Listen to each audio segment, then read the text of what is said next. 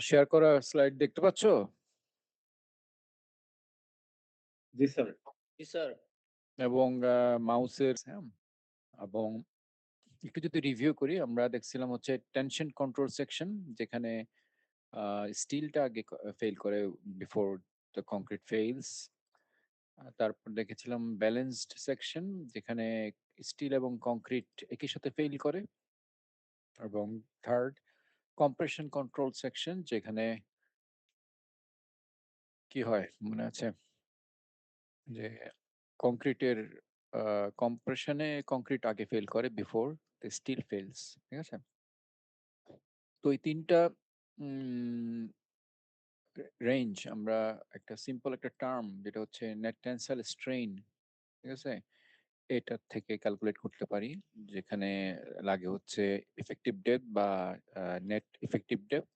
তারপরে হচ্ছে আম কি বলে এটা? ওই যে নিউট্রাল অ্যাক্সিস এর ডিসট্যান্স, হ্যাঁ? এটা দিয়ে আমরা নেট টেনসাইল স্ট্রেন বের করতে পারি। এবং যখন net tensile strain is larger than a 0.005 হয় তখন এটা টেনশন কন্ট্রোলড হয়। আবার যখন লেস দ্যান 0.002 হয় তখন এটা কম্প্রেশন কন্ট্রোলড হয়। আর ইন বিটুইন এটা হচ্ছে ট্রানজিশন জোন। এবং এই ট্রানজিশন জোনের মধ্যে একটা স্পেসিফিক পয়েন্ট হচ্ছে ব্যালেন্সড ইয়ার সেকশন। ঠিক আছে? তারপর আমরা আরো ডিসকাস করেছিলাম যে equivalent rectangular stress distribution block যেখানে এটা কমপ্লিকেটেড প্যারাবোলিক হওয়ার কারণে আমরা এটাকে রেক্টেঙ্গুলার হিসেবে সিম্পলিফাই করি এবং রেক্টেঙ্গুলার সিম্পলিফাই করতে গিয়ে যেসব ইয়ে হয় তোমার মডিফিকেশন গুলো আসে সেখানে টার্মস গুলো যেমন এ, ঠিক আছে? এ হচ্ছে রেক্টেঙ্গুলার স্ট্রেস ব্লকের ডেপথ। তারপর এখানে 0.85 এফসি প্রাইম আছে। হুম? এবং যে কম্প্রেসিভ স্ট্রেংথ সি এটা মিডলে থাকে এই ব্লকের এবং টেনসাইল স্ট্রেংথ ফোর্সটা এখানে, ঠিক আছে? এবং এই রেক্টেঙ্গুলার স্ট্রেস ব্লকের ডেপথটা আমরা বের করতে পারি এই ফর্মুলা থেকে যেখানে স্টিলের এরিয়া তারপর হচ্ছে স্টিলের ইল্ড স্ট্রেংথ, কংক্রিটের কম্প্রেসিভ স্ট্রেংথ এবং বিমের উইথ এই যে বি, এটা যদি আমরা জানি তাহলে ইকুইভ্যালেন্ট স্ট্রেস ব্লকের ডেপথটা আমরা ক্যালকুলেট করতে পারবো। ঠিক আছে? আচ্ছা, এখন এখানে যে তোমার উম,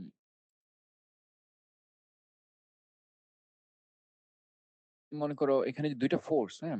আমরা এই ২ টা ফোর্সের আ ইয়েটা কি? যে মনে করো এটা যদি একটা বিম হয়, ঠিক আছে? একটা বিম এবং বিমে ২ টা ফোর্স, ২ টা ফোর্স একটা হচ্ছে কম্প্রেসিভ ফোর্স এদিকে, আরেকটা হচ্ছে আরেকটা হচ্ছে তোমার আ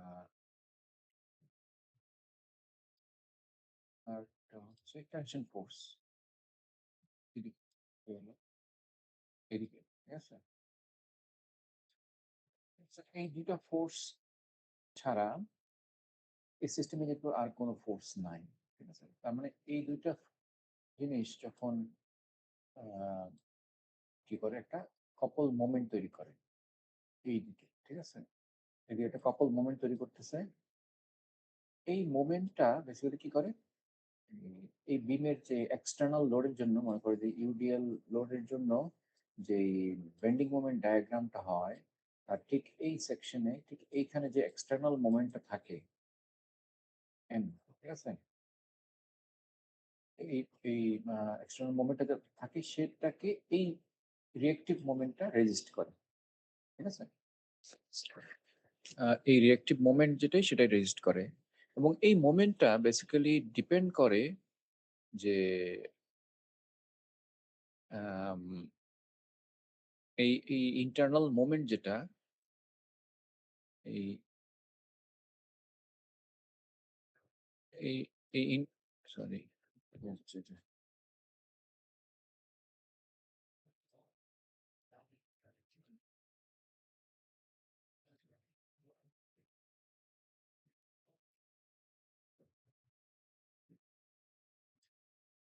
তো এই মোমেন্টটা ক্যালকুলেট করা যায় হচ্ছে তোমার সেকশনের যে সাইজ এবং ম্যাটেরিয়ালের যে স্ট্রেংথ এবং কোয়ান্টিটি সেগুলো থেকে এই মোমেন্টটা আসে। তো এই মোমেন্টটা বাইরের এক্সটার্নাল মোমেন্টকে রেজিস্ট করে। যেহেতু এই সেকশনের সাথে রিলেটেড, এই ইন্টারনাল মোমেন্টটা এই সেকশনের প্রপার্টির সাথে রিলেটেড, তার মানে একটা নির্দিষ্ট প্রপার্টির বা নির্দিষ্ট স্ট্রেংথের কংক্রিট, নির্দিষ্ট ইল্ড স্ট্রেংথের স্টিল এবং তাদের নির্দিষ্ট পরিমাণের উপরে এই মোমেন্টটা ডিপেন্ড করে। এবং ওই একটা গিভেন সেকশনের যে আল্টিমেট যে ম্যাক্সিমাম মোমেন্ট কত দিতে পারে আসলে সেটাই হচ্ছে এটা। হ্যাঁ? তার মানে ওই সেকশনের একটা ক্যাপাসিটি বলা যায়। ওই সেকশনের একটা মোমেন্ট ক্যাপাসিটি বা ডিজাইন মোমেন্ট ক্যাপাসিটি বা স্ট্রেংথ, যেটা এক্সটার্নাল মোমেন্টকে করে। তো এখন আম এই মোমেন্টটা তোমার যেই ইন্টারনাল যে কপল মোমেন্ট, হ্যাঁ? এটাকে ডিজাইন মোমেন্ট বা নমিনাল মোমেন্টও বলে। তো সেটা বের করতে হয় হচ্ছে এই ফর্মুলা দিয়ে। ঠিক আছে? সো এই ফর্মুলা দিয়ে বের করতে হয়, যেখানে দেখো যেটা বলছিলাম যে স্টিলের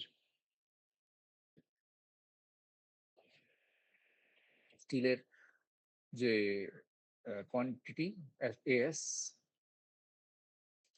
স্টিলের কোয়ান্টিটি এএস, তারপরে এফওয়াই, ডি, তারপরে এ হচ্ছে স্ট্রেস ব্লকের ডেপথ। হ্যাঁ, এগুলো জানলেই কিন্তু এই মোমেন্টটা বের হয়ে আসে। এখন কোনো কারণে যদি ক্যালকুলেট ছাড়া ধরো আমি সরাসরি যদি মনে করো যে কম্পিউটারে আমি বের করতে চাই, তাহলে এএস ইউজ করতে পারি।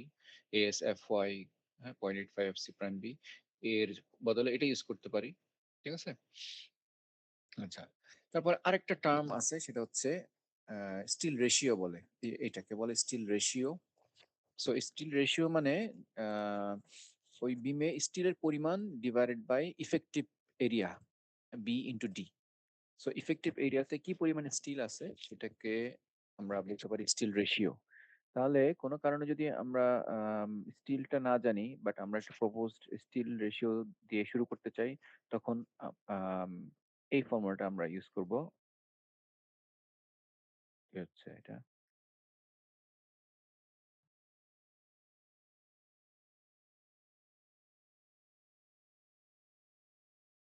এই ফর্মুলাটা আমরা ইউজ করব যদি রো দিয়ে ইউজ করতে চাই, স্টিল রেশিও দিয়ে। ঠিক আছে? সো এখানে রো এর ভ্যালু গুলো আছে। ওকে, আরেকটা জায়গায় আমাদের ব্যালেন্স স্টিল রেশিওটা দরকার হয়, রো বি। রো বি বের করা যায় হচ্ছে এই ফর্মুলা দিয়ে।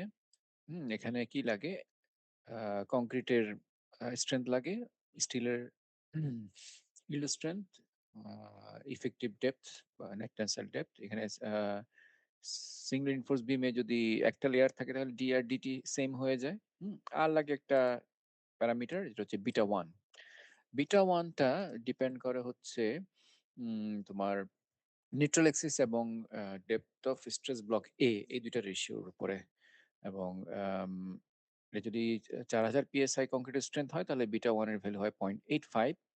এটা ডিটেইল টেবিল ডেটা তোমার নিলসনের বইয়ে দেওয়া আছে, যে কোন স্ট্রেংথের জন্য বিটা ওয়ান কত হবে।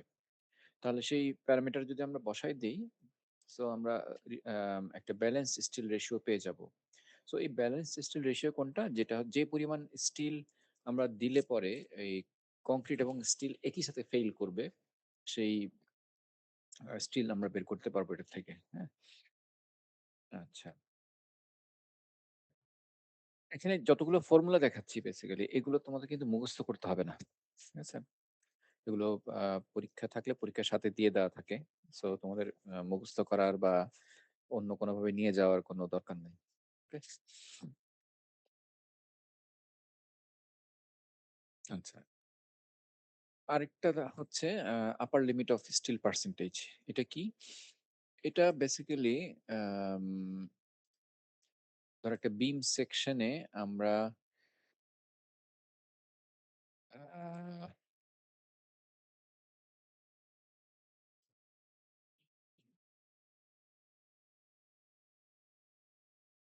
বিম সেকশনে ধরো আমরা জানি যে অল্প পরিমাণে স্টিল দিলে সেটা টেনশন কন্ট্রোলড হবে এবং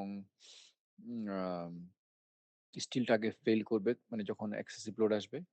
আমরা যদি আস্তে আস্তে রড বাড়াতে থাকি তাহলে একটা সময়ে কিন্তু সেটা আর টেনশন কন্ট্রোল থাকবে না, তাই না? কারণ সেগুলো কেমন তো বুঝতেছি না।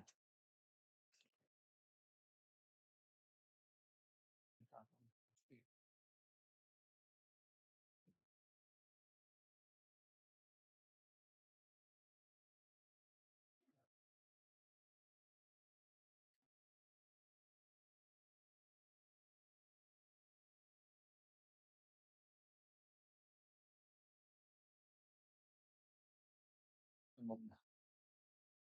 যাই হোক, এখানে যদি আমরা যদি এস এর পরিমাণটা যদি বাড়াতে থাকি, ঠিক আছে, এস এর পরিমাণটা যদি আমরা বাড়াতে থাকি তাহলে একটা সময় যাবে যখন এটা আর টেনশন কন্ট্রোল থাকবে না, কম্প্রেশন কন্ট্রোলের দিকে চলে যেতে পারে বা ব্যালেন্স কন্ডিশনের দিকে চলে যেতে পারে।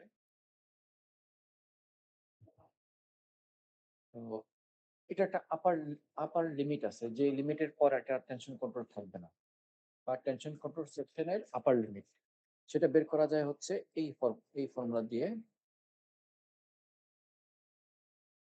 এই ফর্মুলা দিয়ে, ঠিক আছে, যেখানে রো বিটা ব্যবহার করতে হয়। সো রো বি কিভাবে রো বি বা ব্যালেন্স স্টিল রেশিও সেটা কিভাবে বের করতে হয় এটা আমরা একটু আগে দেখলাম, ঠিক আছে। তো সেখান থেকে রো ম্যাক্সটা বের করা যায়, যেই স্টিল রেশিও ম্যাক্সিমাম, যে স্টিল রেশিওর জন্য একটা সেকশন টেনশন কন্ট্রোল হতে পারে, সেই রো ম্যাক্স এর ভ্যালুটা আমরা বের করতে পারি, ঠিক আছে। এটা যদি আমরা এফ ওয়াই যদি 60 কেএসআই ইউজ করি তাহলে এই ফর্মুলাটা ছোট্ট হয়ে এই এই এখানে চলে আসে, এতটুকু এর মধ্যে চলে আসে, ঠিক আছে, যদি 60 কেএসআই হয়।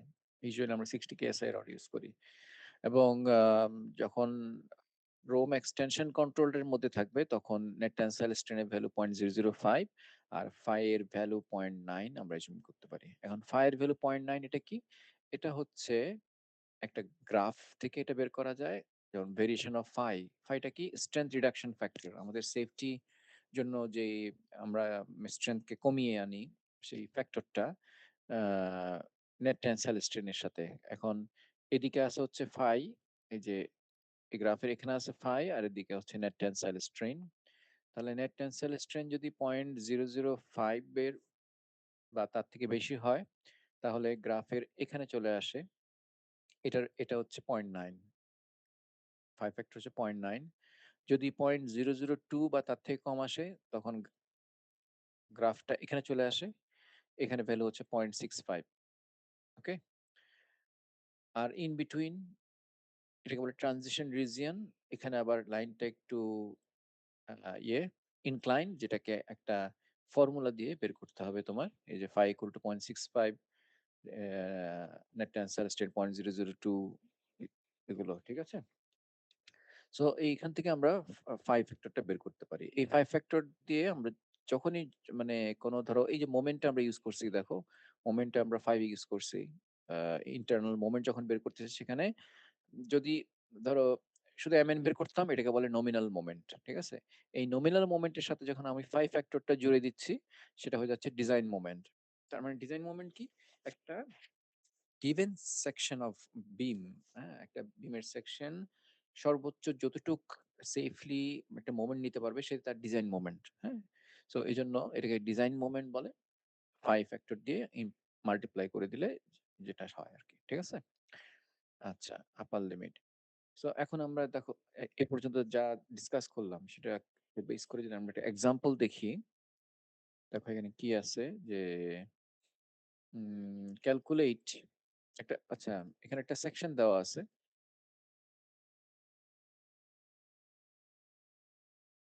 বক্স কখন আঁকা যায় কখন আঁকা যায় না। সো এখানে একটা বিম সেকশন দেওয়া আছে, স্টিলের, এটা ক্যালকুলেট করতে হবে। এখানে বি হচ্ছে 16 ইঞ্চি, ডি হচ্ছে 25.5 ইঞ্চ, হ্যাঁ। সো প্রথমে ক্যালকুলেট করতে হবে balance steel reinforcement, AS B. তারপরে ক্যালকুলেট করতে হবে maximum reinforcement area allowed by ACI code for tension control section and in the transition region. তারপরে third, position of the neutral axis and the depth of equivalent compressive stress block for tension control section, যেখানে ম্যাটেরিয়ালের property গুলো বলে দেওয়া আছে। ওকে, তাহলে আমরা solution যদি দেখি, আমরা প্রথমে বের করে নিচ্ছি রো বি। ঠিক আছে, balance steel ratio. So balance steel ratio একটু আগে যে ফর্মুলা দেখলাম, সেই ফর্মুলায় আমাদের এইসব প্রপার্টি গুলো যদি বসাই দেই, বিটা ওয়ান এর ভ্যালু 0.85, তাহলে রো বি এর ভ্যালু পাচ্ছি আমরা 0.0285। ঠিক আছে, এবং area of the steel reinforcement, তাহলে যেহেতু rho equal to AS by BD আমি আগেই বলছি, তাহলে এএস টা ওখান থেকে বের করা যাবে রো বিডি থেকে। তাহলে রো, এই যে রো বি ইন্টু ডি, তাহলে আমরা পাচ্ছি 11.63 ইঞ্চি স্কোয়ার। তার মানে ওই বিম সেকশনে এখানে এই জায়গায়, এই যে এখানে যদি আমরা 11.63 ইঞ্চি স্কোয়ার অফ স্টিল প্রোভাইড করি, তাহলে এই সেকশনটা ব্যালেন্স সেকশন হবে। তার মানে এক্সেসিভ লোড যখন এটার উপর আসবে, তখন কংক্রিট এবং স্টিল একই সাথে ফেল করবে। ওকে, তারপরে সেকেন্ড কোয়েশ্চেন, যে টেনশন কন্ট্রোল সেকশনের জন্য ম্যাক্সিমাম স্টিল কি হবে। তো এটার জন্য রো ম্যাক্সটা বের করতে হবে আমাদের। সো রো ম্যাক্সের যে ফর্মুলা, সেটা আমরা যদি ইউজ করি, তাহলে আমরা রো ম্যাক্স এর ভ্যালু পাচ্ছি 0.01806। তারপর রো থেকে আমরা এএস বের করতে পারি। এএস হচ্ছে রো বিডি, তাহলে rho into B into D, তাহলে এখানে পাচ্ছি 7.37 inch square. So 7.37 inch square steel যদি দেই, তাহলে সেটা টেনশন কন্ট্রোলড হবে, এবং আমাদের টেনশন কন্ট্রোলডে আমরা জানি যে 5 ফ্যাক্টর হচ্ছে 0.9 হয়।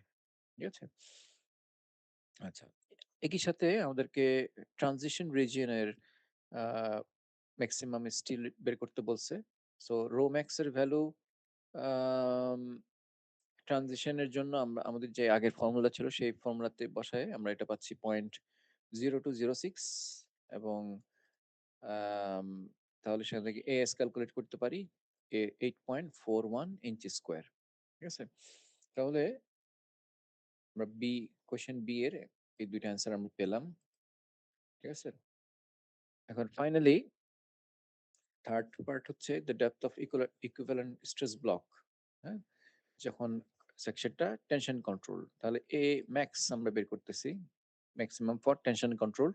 সো এএস এফ ওয়াই যে ফর্মুলা আছে, সেখানে আমরা সব কিছু বসালে আমরা পাচ্ছি 8.13। কে আবার জয়েন করতে চাচ্ছে?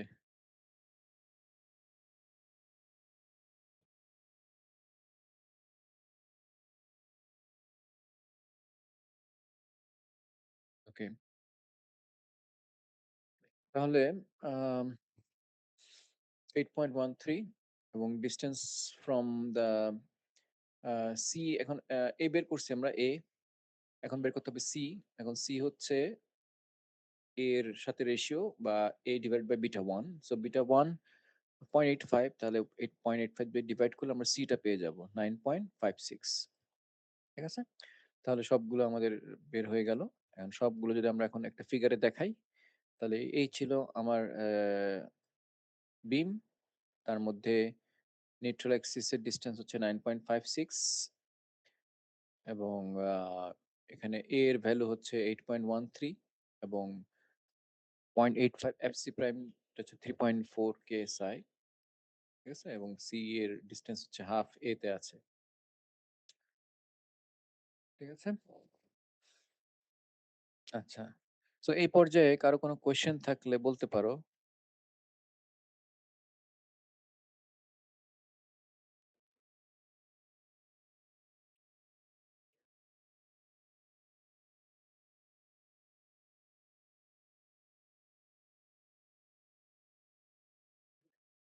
কারো কোনো কোয়েশ্চেন নাই? মানে অ্যাটেন্টিভলি শুনতেছো কিনা তাও তো জানি না, এজন্য অনলাইনে আসলে আরসিসি কোর্স ঠিকভাবে হয় না। আমি কোয়েশ্চেন করার মতো অনেক বিষয়ে আমি গ্যাপ রেখে দিছি।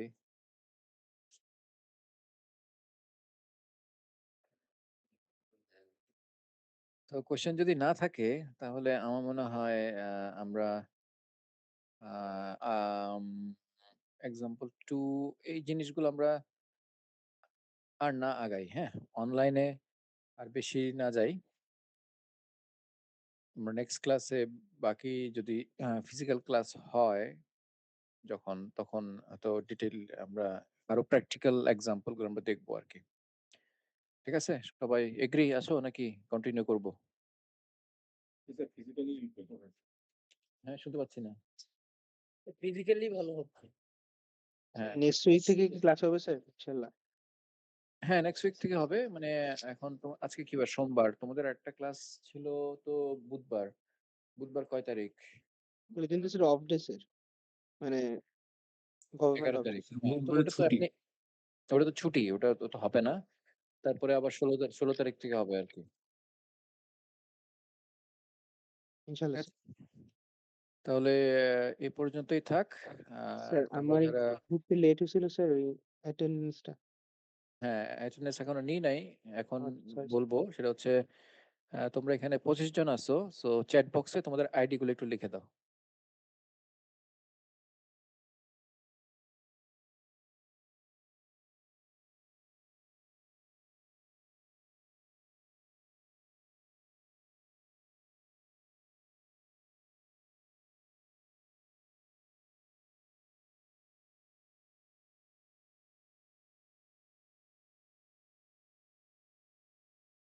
স্যার আমি লাস্ট উইকেও স্যার ক্লাস করছিলাম স্যার। মানে লাস্ট যে ক্লাসটা ছিল কিন্তু আ লেটে ঢুকছিলাম। তো পরে স্যার পরে এসে শুনছিলাম আপনি আগে ক্লাসের অ্যাটেন্ডেন্সটা নিয়ে নিছেন স্যার তো দেওয়া হয়নি। তুমি অফলাইনে, অনলাইনে সব জায়গায় তো লেট কেন? Sorry sir. নেক্সট ক্লাসে টাইমলি এসে বলবা। আচ্ছা স্যার।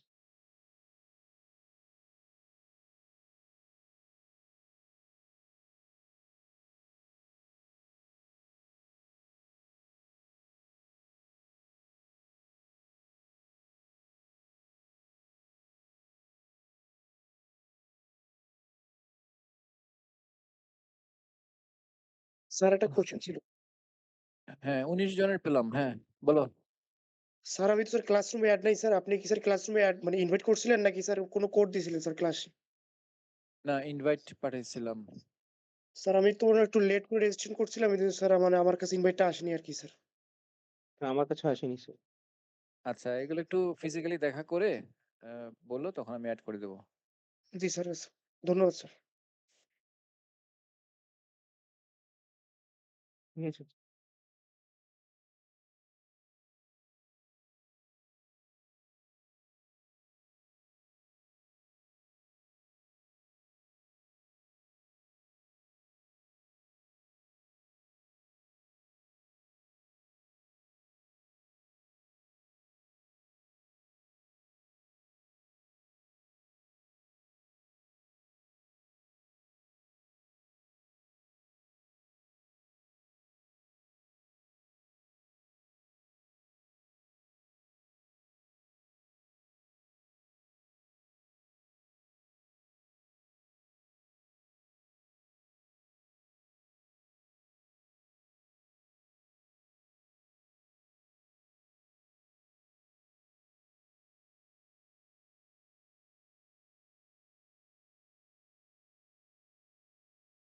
ওকে, আ ঠিক আছে তাহলে।